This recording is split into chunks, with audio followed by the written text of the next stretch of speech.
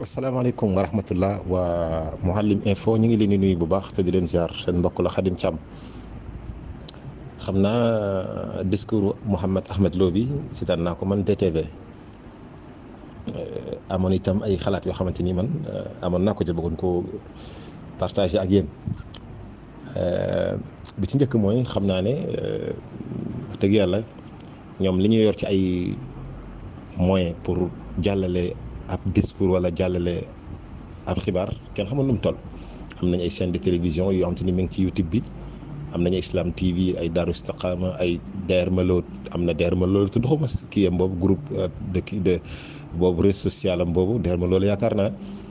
Telegram ak yëpp am nañ aussi rajo bu nekk fële ca boori Louga daanaka xaw ma nu mu tudd waaye buñ ko moomul itam xej ji nañ ca lool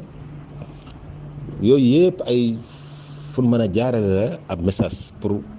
waxuma la sax ku ne Sénégal waaye ku nekk ci àdduna bi yëpp ci bu nekk fu ñukk nag vraiment di dajale aw nit ñoo xam ne ñii ña nga déparé Louga ñii déparé Thiès ñii déparé Kaolack ñii déparé feneen ak feneen ngir dajaloo leen ci benn salle ay jàngat yu bare def ci mën a rote ci njëkk bokk na ci man sama xalaat nag laay wax wan ni état bi ne ko am na mbooloo mu ne sama ginnaaw xam nga état dafa xaw a ragal mbooloo dajale mbooloo mu bëree bëri daal jéem a wane ne am nañ as tuut ci réew mi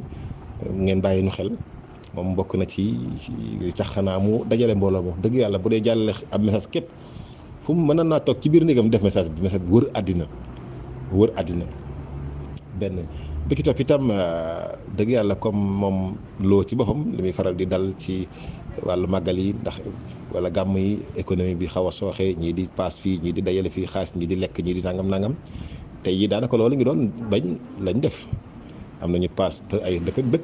ndekki nañ añ nan war a paas delluwaat saal ba ñu luyee ko yóbbu fa ay ndox indi fa ay média daanaka liñ doon teree waa tasawuf def nañ ko tey beneen bi ki topp itam biir discours am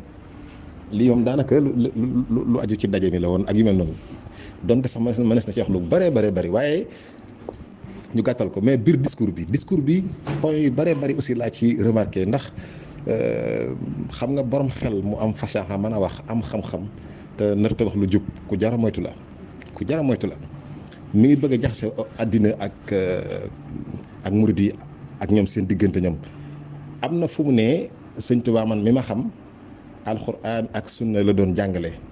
léegi nag ñun ñii loolu la ñuy woote ñu ne ñu nag yéen da ngeen di génn dëkk ba ndax da ngeen a wuutee njàngaleem sëriñ bi waaw nan nu wax sëriñ mi man njàngale la doon jàngale bu dul alxuraan sunna ñun bi ñuy jàngale nan nu ko wax. xam nga stratégie bu garaaw a ngi noonu Sëñ Tuubaa téere mi gën a booy jàng xam-xam yi nga njëkk a jàng rek bokk na ci si xaar